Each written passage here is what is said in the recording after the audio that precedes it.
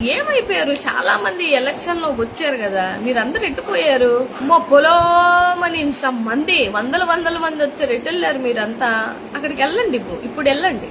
ఇప్పుడు వెళ్ళి మీ నిజాయితీని, మీ సిన్సియారిటీని, ఇన్ఫాక్ట్ చెప్పాలంటే వాళ్ళు ఓట్లు వేశారు కాబట్టి మీ గ్రాటిట్యూడ్ ని ప్రూవ్ చేసుకునే సిచ్యువేషన్ మీకు కూడా వచ్చింది కాబట్టి వెళ్ళండి, వెళ్ళి హెల్ప్ చేయండి.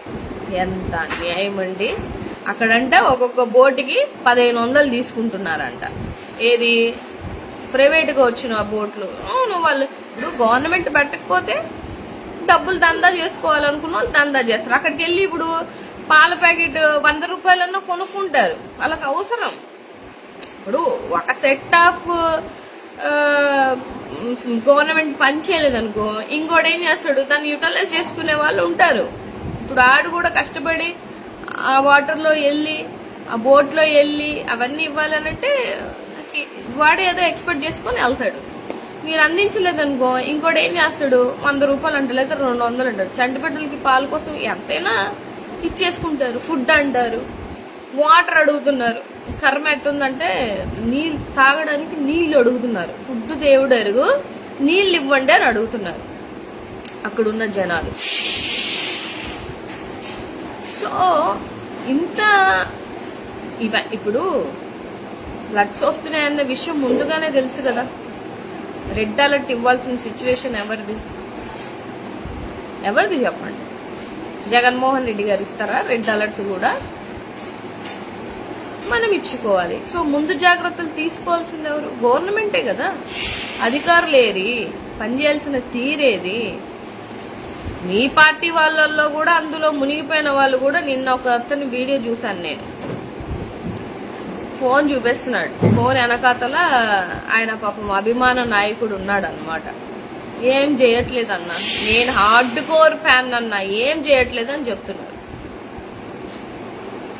ఇప్పుడు మీ నాయకులే మీకు హార్డ్ కోర్ గా ఉన్నటువంటి వాళ్ళే మాట్లాడుతున్నారంటే నిజంగా అక్కడ దే నీడ్ హెల్ప్. అది అర్థం చేసుకోండి. ఇక్కడ పార్టీని ముసుగులు మీ పార్టీ మా పార్టీ కనుక్కోవడానికి సిచ్యువేషన్ కాదు ఇది. నవ్విపోతారు. మిమ్మల్నే ఎందుకు అడుగుతున్నారు అంటే మీరు గవర్నమెంట్ లో ఉన్నారు కాబట్టి మిమ్మల్నే అడుగుతారు, మిమ్మల్నే ప్రశ్నిస్తారు. ఎవరినో ప్రశ్నిస్తే బాగోదు కదా, పక్క స్టేట్ లో ఉన్న ఆయన్ని ప్రశ్నిస్తే బాగోదు కదా. కర్మ ఏంటంటే అక్కడే ఇంకా ఘోరంగా ఉంది. అక్కడ ఏం చేస్తున్నారో మరి.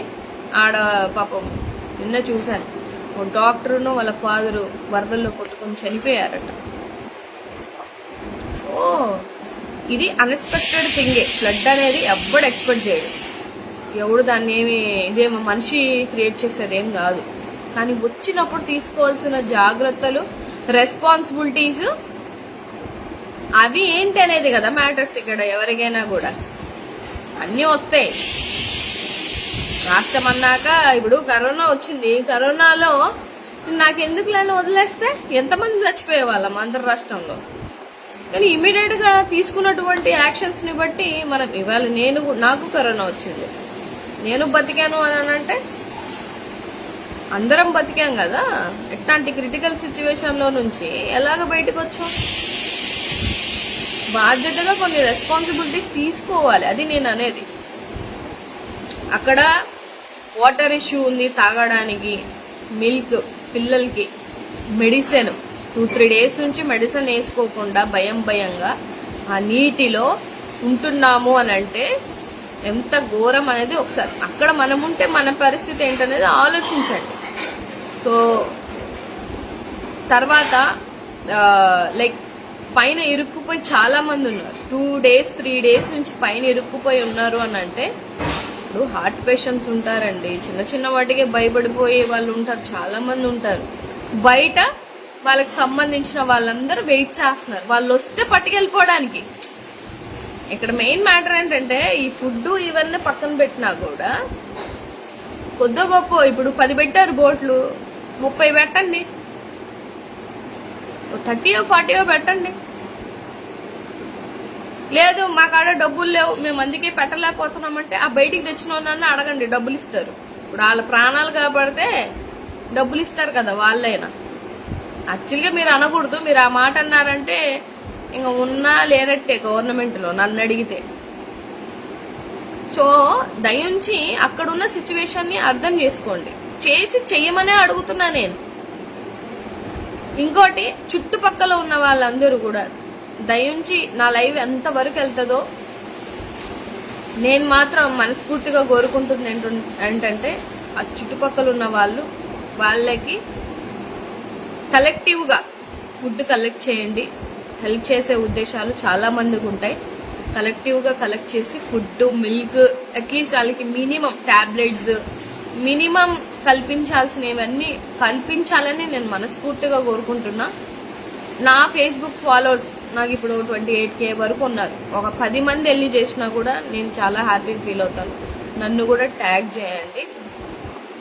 సో ఆ దగ్గరలో ఉన్న వాళ్ళకైతే ఈ పాసిబిలిటీస్ ఇంకా ఈజీ. వేరే చోట నుంచి వెళ్ళి చేయడానికన్నా పాసిబిలిటీస్ ఇంకా ఈజీ. సో దయించి హెల్ప్ చేయండి, అందరూ ముందుకు రండి. మన పక్కనే కదా మన విజయవాడ. ఎన్నోసార్లు విజయవాడ వచ్చి ఉంటాం, వెళ్ళుంటాం. విజయవాడ అనేది మిడ్ ఆఫ్ ద సిటీ అని అనుకుంటాం అందరం. సో మన రాష్ట్రంలో ఒక సిటీకి అన్యాయం జరుగుతున్నప్పుడు బాధ్యతగా మనం అందరం నిలబడాలనే నేను మనస్ఫూర్తిగా కోరుకుంటున్నా. దీన్ని కూడా చిల్లర రాజకీయం చేయకుండా ఏ పార్టీ వాళ్ళన్నా వెళ్ళి అక్కడ వెళ్ళి పని చేయండి, హెల్ప్ చేయండి. అంతే తప్పితే మా అన్న వచ్చిండంటే ఇప్పుడు గవర్నమెంట్ చేయాల్సిన రెస్పాన్సిబిలిటీస్ చెయ్యాలి. ఇది ఫైనల్.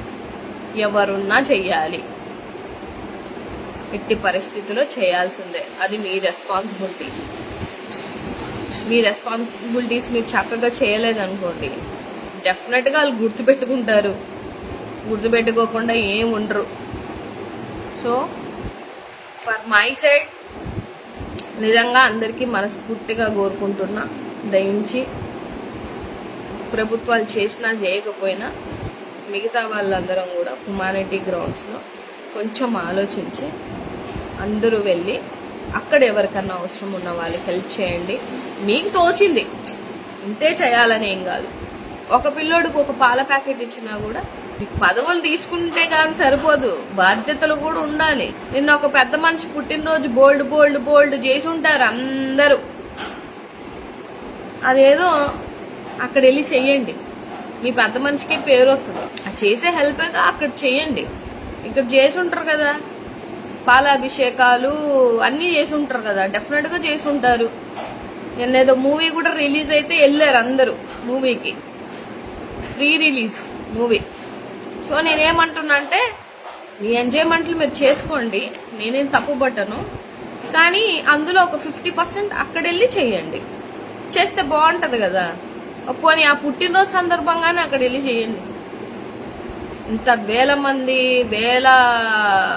ఆయనకి ఫ్యాన్స్ ఎక్కువ కదా, సో ఫ్యాన్స్ అందరూ అక్కడికి వెళ్ళి చేయండి, బాగుంటది. నా ఓవరాల్ కన్సర్న్ ఏంటి, నాకు అక్కడ ఉన్న జనాలకి హెల్ప్ జరగాలి. అది ఎవరు చేసినా ఏముంది, ఏ పార్టీ వాళ్ళు చేసినా ఏం లేదు, ముందుకొచ్చి ఎవరు చేసినా తప్పు లేదు. ఇంకోటి ఏంటంటే నాకు అర్థమవునటువంటి విషయం,